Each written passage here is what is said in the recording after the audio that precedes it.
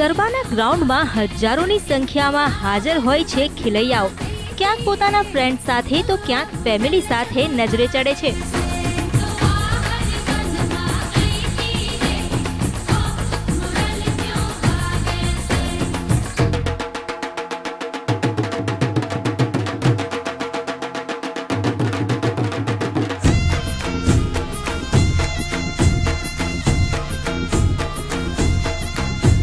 આટલી બધી ભીડમાં સૌથી અલગ અને ખાસ દેખાવાનો પ્રયાસ સૌ કોઈ કરતા હોય છે અને એટલે જ આ એક એવું ગ્રુપ છે જે વિવિધ પ્રોપર્ટીની સાથે જ સ્ટન્ટ્સ પણ કરે છે।